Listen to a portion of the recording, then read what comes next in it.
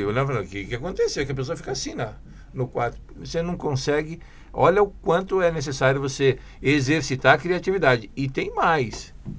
Que também lembrando disso, agora fazendo uma ligação, se você fizer o resultado, esse era um dos exemplos, mas se você fizer isso ininterruptamente, durante 26 dias, não 25, nem 27, 26 dias, o seu cérebro absorve aquilo e aí, a partir daquele dia, você escolhe a perna que você vai colocar e você não vai ter, a sua dificuldade é zero. Não tem mais dificuldade. Olha o quanto o exercitar te torna criativo. Aí tem aquele senhorzinho meio maluco que dizia que o cérebro, depois que expande, nunca mais encolhe, né? Nunca mais encolhe. Que interessante isso, cara, que a gente vai chegando nos termos que todo mundo tem medo. Agora a pessoa vai ter mais coragem de levantar a mão. Lógico que eu sou criativo, eu existo, logo sou criativo. Exatamente, exatamente. Eu brinco, né, às vezes em alguma palestra, em alguma coisa assim, que você tem oportunidade de falar com um público um pouco mais ampliado, que nós aprendemos a ser criativos há mais ou menos de 2.800 a 3.000 anos atrás. E a história é mais ou menos assim, né? Eu tento colocar as pessoas a pensarem o seguinte, lembra que há 3.000 anos atrás nós não tínhamos nenhum conforto que nós temos hoje, mas nós já sabíamos dominar o fogo, né, através do domínio da natureza, tal. E imagina o seguinte cenário, estamos eu, você e as nossas famílias no campo, né, dormindo, e a gente já dominava o fogo, sabia acender o fogo. A gente usava o fogo para quê? Né? A gente usava o fogo para se defender dos animais, dos predadores, e a gente usava o fogo para aquecer, para não passar frio, né? E naquela noite, eu e você que estávamos com as nossas famílias ali, todo mundo dormiu, a gente deixou o fogo aceso, e quando a gente acordou no meio da madrugada, aquele fogo se alastrou e queimou tudo à volta, né? Aí você pensa, quem está assistindo, quem está ouvindo, pensa, bom, o que isso tem a ver com criatividade? Calma. A hora que todo mundo acorda, né, naquele desespero de apagar o fogo e tal, você vai e olha, você vê as raízes, né, que foram queimadas pelo fogo e cozidas. O coelhinho, coitado, que estava ali também dormindo com a família dele, queimou a família dele inteira, tudo à sua volta, né? Aí você olha para aquilo e você fala, nossa, que raiz é essa aqui? Poxa, eu já tinha visto ela, mas ela tá molinha. Bateu a fome, fui e comi. Opa, a curiosidade é boa. Ou aquele coelhinho que ele corria aqui, né? E eu não tinha coragem de comê-lo cru. Agora ele tá assadinho. Né? Então, pô, peraí. O que isso tem a ver com criatividade? Não tem nada a ver com criatividade, né? Mas tem a ver com a tua ação mudar o ambiente. A tua necessidade, né? Acionar um mecanismo que foi acidental, nesse caso. Né? Hoje é um cenário quase cruel, né? Quase cruel. Sim, nos dias de hoje. Mas na época, olha o que... É cruel. Então, você viajando para esse momento, cara, olha... 2.800, 3.000 anos atrás. Então, a criatividade é isso, cara. A gente tem um momento, né, em que você é submetido a ele ou, né, você se coloca nele e você é obrigado a mudar o ambiente, né? Você é obrigado a moldar. E entender, né? E perceber que aquilo ali tem muito mais função do que você poderia imaginar. Boa, significativamente. Tem uma oficina, Levi, que eu faço uma oficina de criatividade. Como o próprio nome diz, né? São grupos pequenos, não dá para fazer isso com muita gente, com plateia muito grande, mas dá para fazer com pequenos grupos aí de 5, 6 pessoas, em grupos de 3, 4, 5, 6 pessoas. Ao todo, 20 pessoas, 25 pessoas. Tá. Que eu faço a seguinte atividade, até pelo histórico, né, no meio jornalístico, mídia impressa. Eu pego uma notícia, principalmente dos cadernos de economia, dos cadernos, né, que tem uma notícia mais trágica e tal, imprimo aquilo, né, ou se tiver oportunidade de ter mais recortes de jornal, pego a mesma notícia e dou para todo mundo. E peço, numa oficina de criatividade isso, e peço para as pessoas fazerem o seguinte, você tem aquele texto, e com base naquele texto e uma caneta na mão, você vai transformar aquele texto, ou num texto significativamente menor, claro, né? Mas você vai transformá-lo num texto romântico. Você vai pensar em alguém, você tem que imaginar alguém, daquele texto de economia, um texto duro, com assunto duro, né? Você fazer uma declaração de amor, ou um bilhete romântico, ou um afetivo pro teu pai, pra tua mãe, pra tua mulher, pro teu marido, pra quem quer que seja. As pessoas olham para aquilo a princípio e falam, não dá. E aí você fala, olha, risca a palavra. Eu tô nessa fase.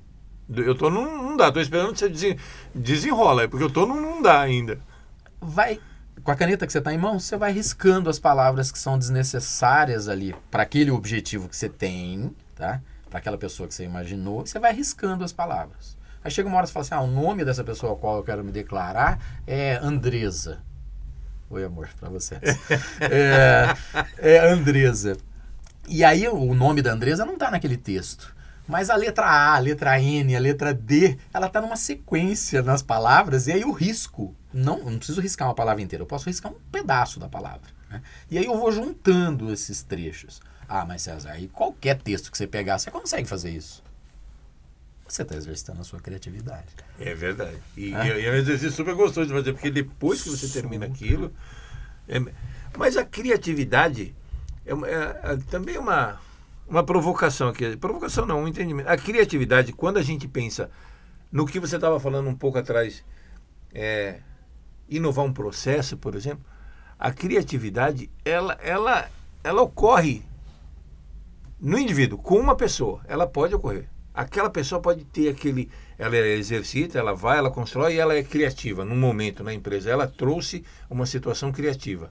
Aquela uma pessoa. Uhum. Mas para inovar um processo e mudar alguma coisa, aí você precisa da cocriação, né? Esse indivíduo.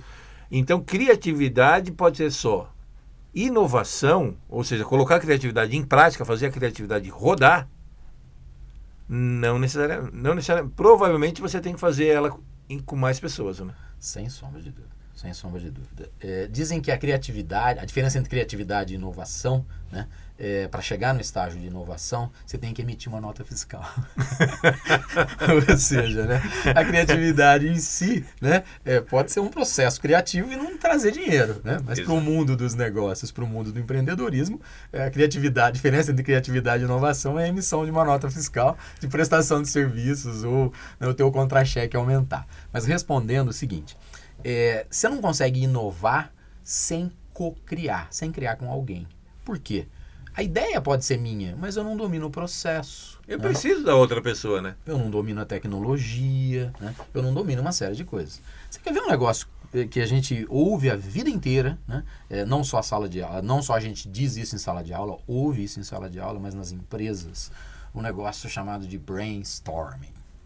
Ou aqui no interior, né? Como a gente chama de toró de parpite. Toró de parpite. Toró de parpite. Você quer ver um negócio louco que é o tal do brainstorming? Normalmente ele funciona assim, né? O chefe entra lá, pede para que todo mundo seja criativo para chegar nos resultados, e aí fala, gente, hoje nós vamos fazer um brainstorming aqui. E normalmente funciona assim, né? Você dá uma ideia, eu dou outra ideia, o outro dá outra ideia. E toda ideia cabe. Todas as ideias cabem, beleza. O princípio até é esse. Mas o erro de quem está gerindo, de quem está liderando esse brainstorming, mora no seguinte. A ideia do Levi foi uma ideia boa, mas precisa de complementação. A ideia do César não foi tão boa. Né? A ideia do fulano, do cicrano, do beltrano foi razoável. A melhor foi a do Levi. Mas o César, em algum momento, ele compete com o Levi. Compete ali dentro da corporação, por um cargo, por reconhecimento, por qualquer coisa. E aí o César começa a boicotar a ideia do Levi. Quando o Levi falou uma ideia que a princípio ela era boa, mas precisava de maturação, o César vai e critica. Na ideia de matar a ideia no ninho. Matar no ninho. Aí vem alguém que tem afinidade com o César, o fulano fala, não, realmente, eu acho que isso não é legal, tal. E vai para cima da ideia do César, que não era uma ideia boa. Resumo da ópera, a gente sai dessa sessão de toró de parpite sem resolver absolutamente nada. Ao prazo que o processo de quem lidera um negócio desse tem que ser o inverso. Ó, César, sua ideia não foi boa. Fulano, você está errado em concordar com o César, ou, né, um pouco mais amistosamente, mas vamos trabalhar em cima da ideia do Levi. Olha que maturidade também, desse líder. Porque tem que ser, né, cara? Tem que ter, cara. Mas a fogueira da vaidade que existe no mundo corporativo queima, né? Ela arde, Mas é isso mesmo, né? Ela tem que ser isso. Mas eu acho, César, que hoje esses que são jovens há muito menos tempo que nós, eles são disruptivos total, né? E aí eles conseguem chegar nesse ponto, né? Eu acho que eles são menos... São meio... que eu acho que a gente pode até falar disso daqui a pouco, mas eles são meio contrários a processos, eles acham que... Mas eles têm mais essa condição de dizer, ó, do César não é boa e César, a gente vê isso depois.